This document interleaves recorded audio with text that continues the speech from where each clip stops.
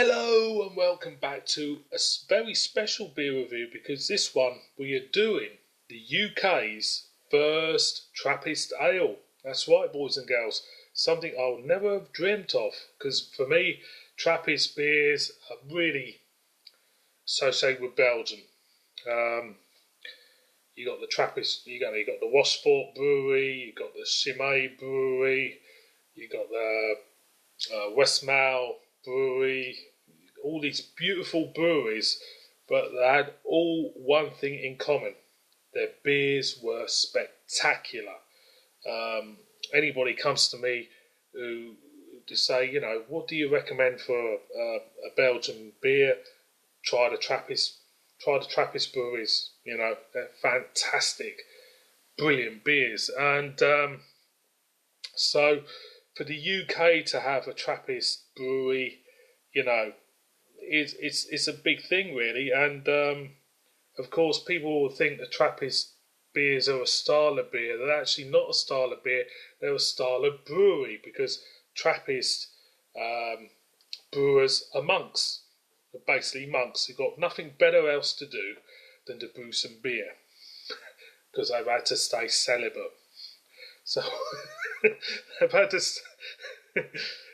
stay celibate. So what would you do if you were celibate? You'd brew a load of beer and get pissed on it, wouldn't you? Pray to God, go back to your quarters, crack open a few beers and get pissed on it. So basically, that's my ideology of what a Trappist beer is, or Trappist brewer is. So as I said, Belgian Trappist beer brewers, their beers are spectacular. Anybody who's never had one, just go out.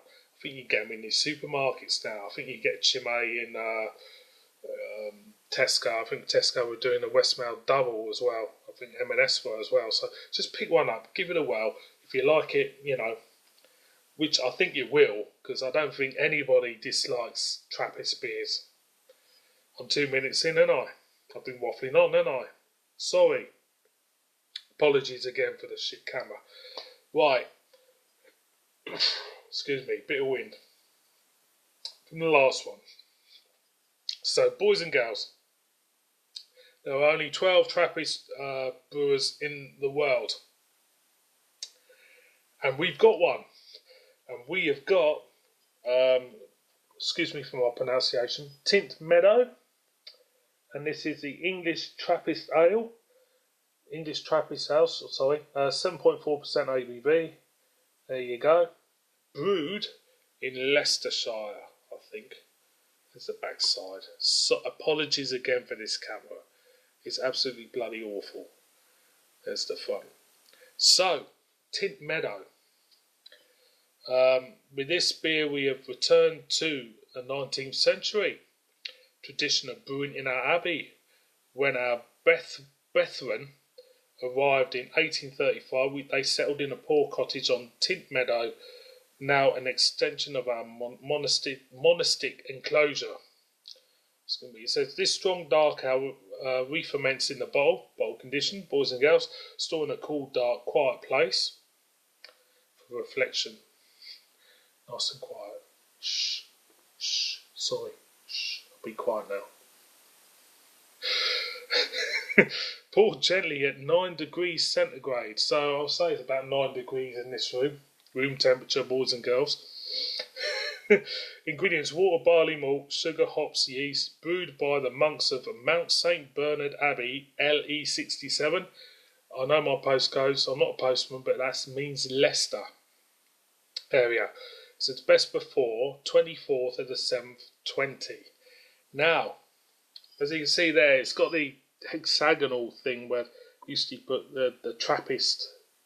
This is a Trappist ale, isn't it? But I've just noticed that the actual date is quite short for one, because if you go to Belgium, you can go into bars. I think, word them in the comments. You can go into bars and you can age Belgian beers for years. I mean, the Wasfort 10, Orval. I think they serve them out there, which have been mature for 20 years, I'd love to try one. I'll tell you what, boys and girls, if I ever get out there and I'll do one, I will review it, put it on this channel. So maybe it's just then. So there you go. Now I thought this was a bit bigger bottle, but it's a 330. So that's me. So without further ado, let's try this one. I'm very, very much looking forward to this. The UK's, first Trappist ale. I know other beer reviews have done this. I've never seen or watched their beer reviews. I'm going to make up my own mind about this. Then I'll usually just go online and see what other people have said about it. That's the best way to do it. So you're not getting influenced in a way. There's the crown. See what we get.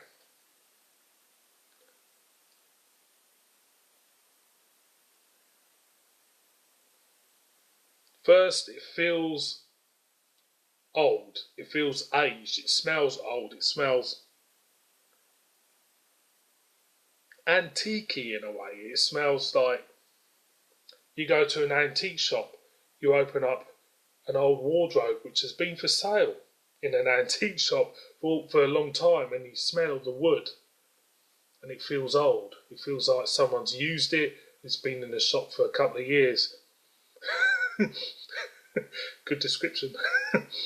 It smells like that. Slight hint of sourness in that as well. Very, very strange. So boys and girls, let's whack her in. Like you do. And there she goes.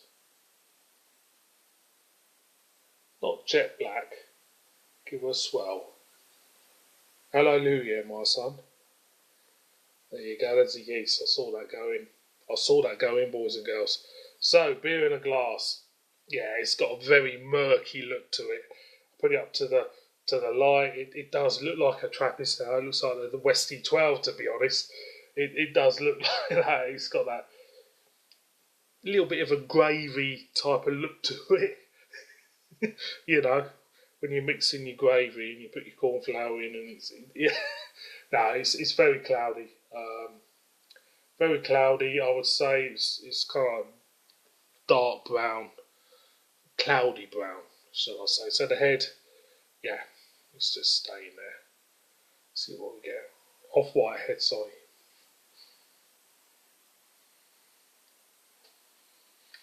There's a hint of chocolate there. A hint of slight sourness. A hint of agedness to it. There's a hint of antiqueness. There's a hint of, like I said, there's a hint of, antiqueness to it. You know what I mean. I've said it about 5 minutes ago. I was waffling on. I'm still waffling on. I'm 8 minutes in this, and I haven't even tasted it yet. So, boys and girls, I'm going to go in. Cheers.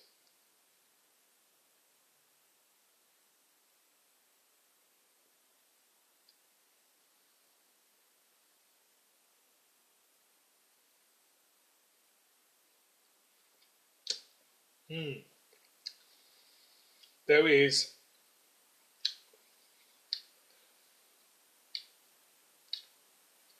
there's a lovely bit of sourness as you drink it. It does taste like what it smells. It's weird. It does taste old. It tastes aged. It tastes something that's been hidden for a long time. It's a little bit of raisin, a little bit of currant, but on the other side, it tastes like an old suitcase. It tastes like something which has been left for a few years. It's nice. It is. I like it. I'll be honest. I do like this. It's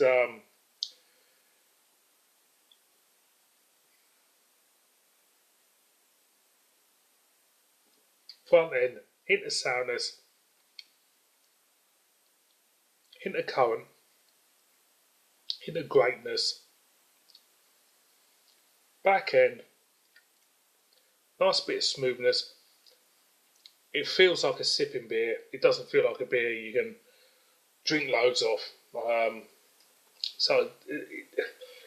With the Trappist beers, I'm trying to compare it to the ones in Belgium. The Trappist beers, for me, the best Trappist beer, is the Washport 10. It's smooth as silk. It's beautiful. But there is a kind of like a yeasty character amongst them all. With when I did the Westy 12, when I did the Westmail,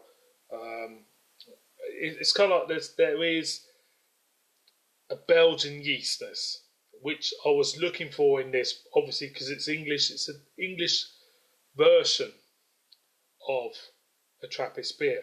I'm going again.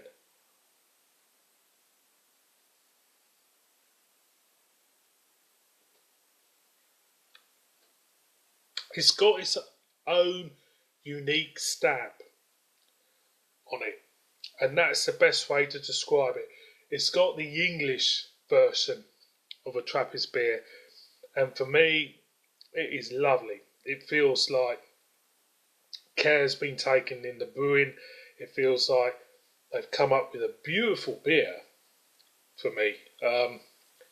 It's just a lovely yeasty sourness to it, sourdoughness to it, maybe a little bit of currant, a little bit of raisins, dark fruits, sign of woodness. It's beautiful. And all I can say to you out there is to try it. Excuse me. Is to try and enjoy it for yourselves, because it is our version of what is a phenomenal beer, phenomenal beer style, phenomenal brewing style, should I say, or brewing kind of like culture in Belgium and slightly in Holland, including the Trap as well. It's lovely, and I think makes you proud to be English. This beer makes me proud to be English because they've come up with a lovely one, and I might even become a monk one day, boys and girls. Tynt Meadow, it's great. It is. I like it. It is a lovely beer. I'm going to go off and enjoy the rest of it now and see how Saints get on against Man U tonight. I don't think it'll be very good. See you on my next one, and of course, the All Stars. Cheers.